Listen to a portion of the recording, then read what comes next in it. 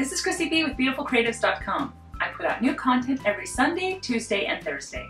And today I'd like to thank you for joining me for another Cuppa Chat. And for this week's Cuppa choice, I am drinking a homemade smoothie. This time it's a fruit smoothie. Last week it was a veg smoothie, a vegetable smoothie. This week it is a fruit smoothie. I've been doing this diet plan long enough now. I'm basically gluten-free, dairy-free, and sugar-free, besides fruit. Anyways, so in my household now we've done this long enough that I'm the one who does all of the green smoothies and my husband does all of the fruit smoothies. So this is my fruit smoothie for today. It's really, really good. So,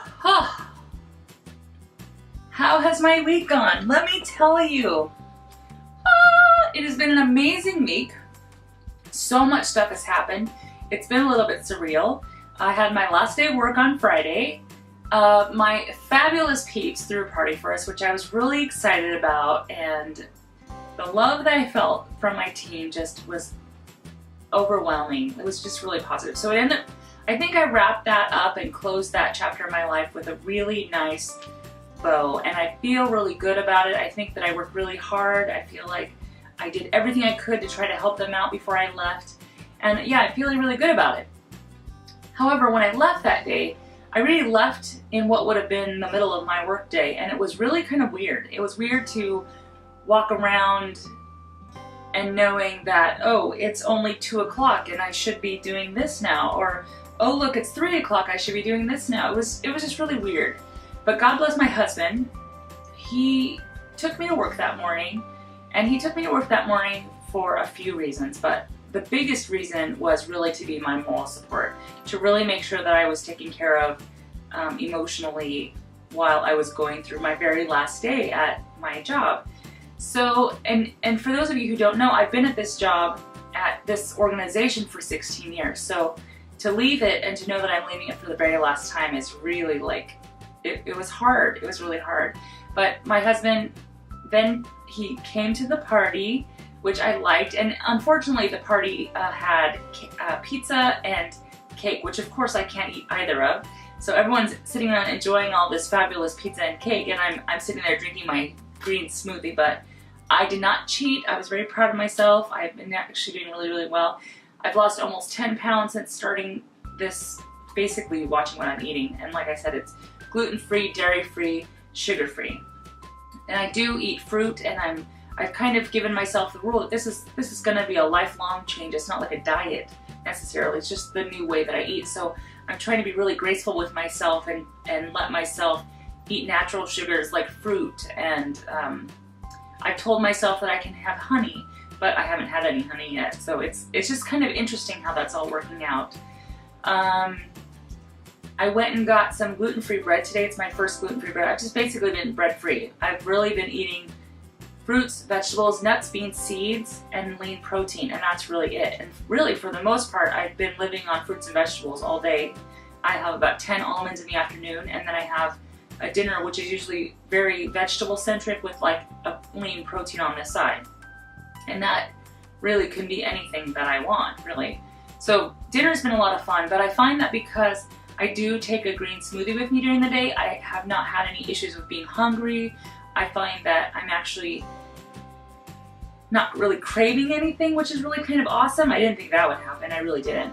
And, you know, lost about 10 pounds, which is really cool, which is really cool. I mean, I'm excited about that. But more than that, like I feel like my skin is clearing up. I feel like I'm looking more awake, which maybe not today because I did not sleep very well last night. But so there's a lot of stuff going on in my life right now. I'm working through a lot of things, but I expect there's going to be some nights where I'm going to be doing a little bit of tossing and turning like I did last night. But the bottom line for me is I have a great support system, and I have a lot of fabulous people who are cheering me on, both family, you know, both my husband and my family group and my sisterhood group, you know. Come on, Sophie. What's a good girl?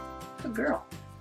So, you know, I just feel really supported, and I feel like I'm going in a really good direction. But that night was just a kind of a tricky night. I wasn't exactly sure how I was going to cope. Are you stuck? Go ahead. I wasn't really sure how I was going to cope that evening. I don't think I coped very well, only because I just really kind of was in shock a little bit. I knew it was coming. I've known for 2 months that my position was going away. I knew this change was happening, but I think that when it actually happened, I walked down to HR and they gave me my final paychecks. I basically just walked around with those paychecks in my hand all afternoon. I didn't know really what to do. And when my husband realized I was doing that, he like grabbed them, put them in my bag.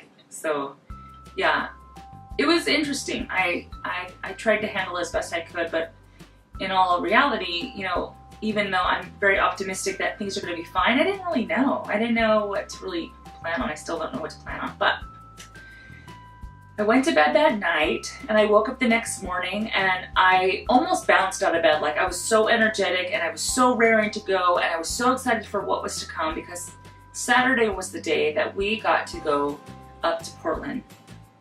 And we went to Portland for a few reasons, but the biggest reason is we have a house that we already have in Portland. Isn't that awesome? We already have a house to move into.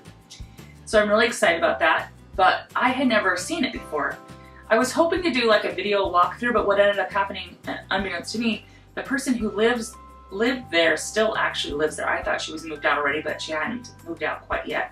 So she was very gracious, however, and she let us walk through the house, and it is very small, and I'm excited. I'm so stoked, because the reality is, like, I want a small place. I would love to have a place that's small enough that my husband and I can like clean up on a Saturday morning in all of half an hour, and the whole house is just back to spotless again. And you know, I'm just really looking forward to that. And the house has so much architectural detail, and you know, there's a lot of history that has gone on there. It was built in 1923, so I kind of just imagine who have lived there before us and what stories they had, and that's really cool to me. So I'm really excited about this house.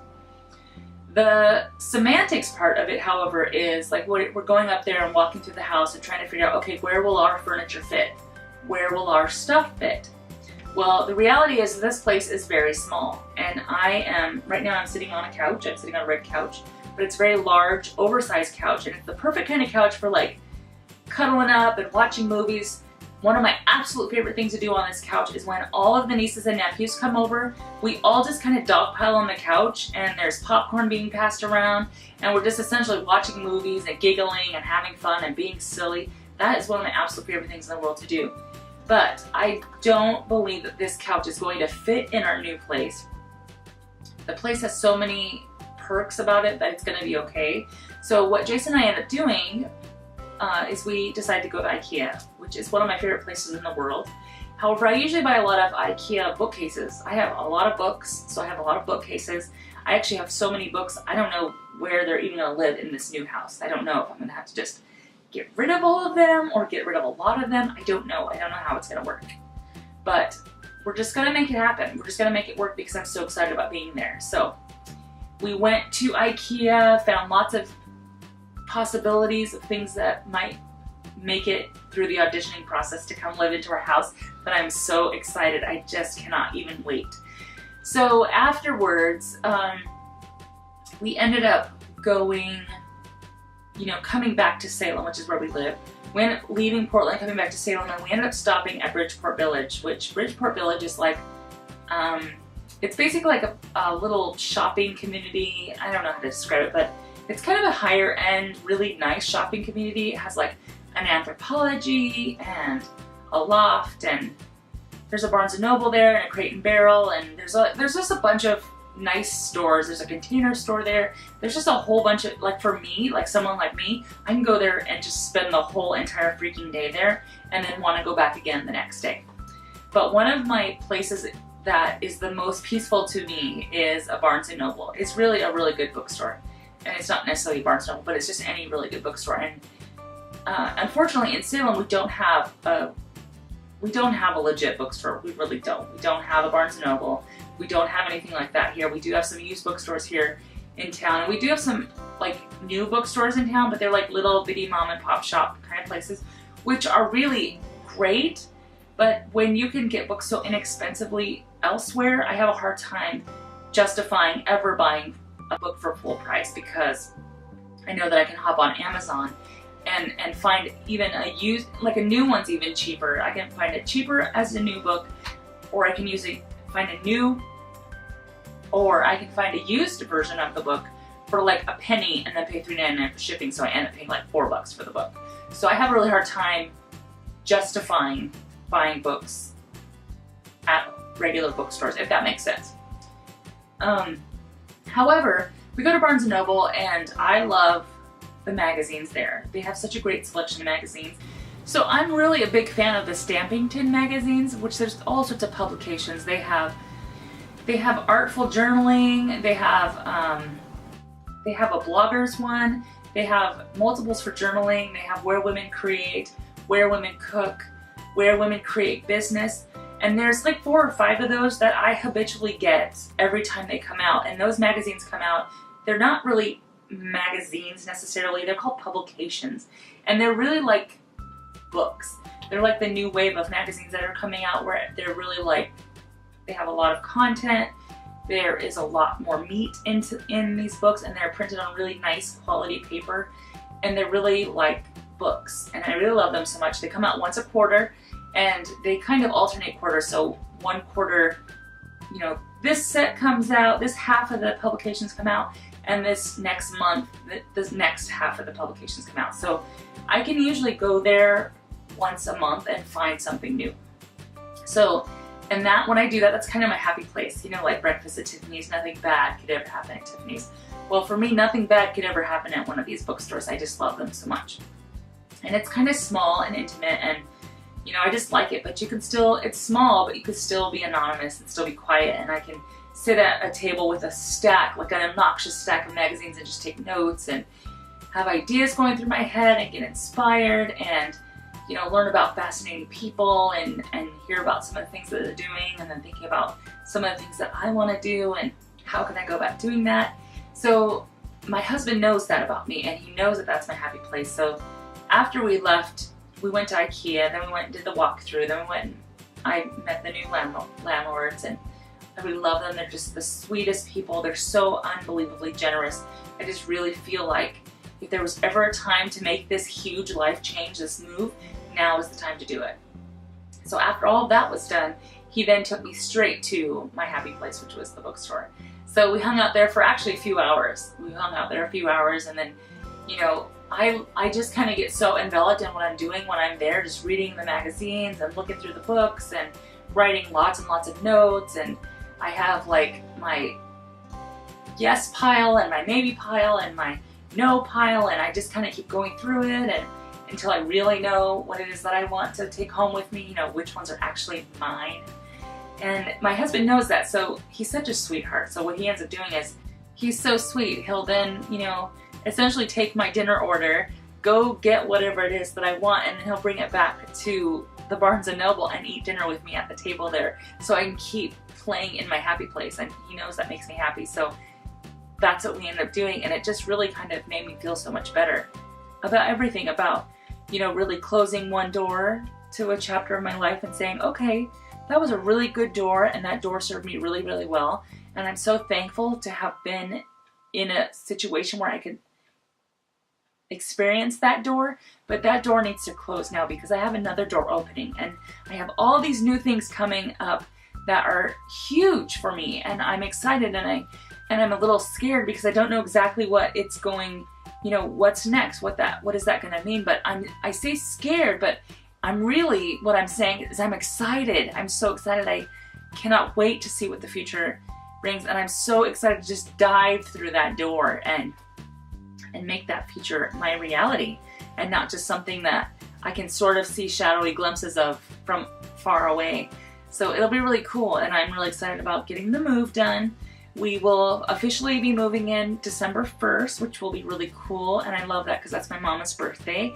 So I kind of feel like in some tiny way she may have a hand on some of this magic that's happening right now. But you know, we just have so many changes going on in our lives. I have the whole health and the eating thing that I had to completely change. You know, I really still need to stay focused on taking care of my health, taking care of my exhaustion level, making sure that I'm being very aware of what I'm doing and how much I'm doing. You know, the other day I packed 7 boxes of books, and just 7 boxes of books wiped me out. And I was like, this is so insane. Because if you would have had me move 5 years ago, I would have had like, the whole place would have been packed in 3 days, and I would have been like twiddling my thumbs waiting to move, because I'd be like, okay, what's happening? Why are we waiting? What's taking so long? What's happening? And the reality is now, health-wise, I'm not there yet. I'm in my head, I'm very excited. I cannot wait. I want to go, go, go, go, go. I feel a little bit like a brand new puppy, and I'm just like, oh, I'm so excited. Let's do this. I see a ball, I see a ball, I see a ball. I want the ball. But the reality is my physical self is kind of like an old dog, an old chihuahua. That is like, because I say old chihuahua because, you know, my Sophie girl's an old chihuahua. And she's a little bit slower, and she's like, I can almost hear her saying, okay, you little whippersnapper, calm down. You're just gonna have to be patient. So I kind of am telling myself that you just need to calm down, be patient. It's gonna be fun. It's gonna all happen in good time. So with that and the career change, and you know, now even the possibility that even our furniture won't fit into the house, like I will literally have to change everything about our lives, like everything. And thankfully the one constant that I have is my husband and my little chihuahua. So I'm so thankful for them, and I'm excited for what's to come. Okay, so if you don't remember, in 2 days it's going to be November 1st, and I have challenged myself to do something that I'm now officially calling 30 Days with Chrissie B. And what that is, I'm like, I get excited when I say it, like 30 Days with Chrissie B. And what that is I want to be able to see if I can, 1, be brave enough, and 2, if I can be organized enough to put out 1 video every single day for the month of November. Now those videos are gonna just kind of, they're all gonna be different. Some will be some of my favorite recipes. I am trying a bunch of new recipes for gluten, vegan, dairy-free lifestyle. So there'll be some of those. There will be some, you know, just beauty hacks that I'm fallen in love with, or things that I've seen that I really like to try. I'd like to show you some DIYs. And I also want to be able to share with you intermittently how we're doing in the process of the move. Oh gosh, there's just so much, I can't even wait. I have family coming tomorrow. Then later in the month, I have a sister-in-law who's coming up from Arizona this month, and she'll be here for an entire week, which is awesome. This sister-in-law has so much good juju about her. I just love hanging around her and just soaking up as much of that as I can, because she has got amazing, amazing energy, and she just makes me laugh my ass off. So she will be here for a week towards the end of November. I'll be able to share all of that with you. When she comes up, she stays with my other sister-in-law and my husband, myself, and my Sophie girl. We all basically just show up with a suitcase and say, here we are. And we all just move in, and we just make a big party of it the whole time that they're here. So that is really exciting. I cannot wait for that to happen. We have so much going on. There's so much to do. It's a little bit daunting. Let me just tell you, I have got my organization skills going like a banshee, because there is so much to do, and I do not want to not get anything done. I just want to try to do as much as I can while still taking care of myself, and while still taking care of my husband and my little Sophie girl, and just making sure that everybody's happy in their own little cocoon, and we could just go and like create this new life that we're gonna have for ourselves. I cannot even freaking wait. But I know it is going to be fan-freaking-tastic amazing. I cannot even wait.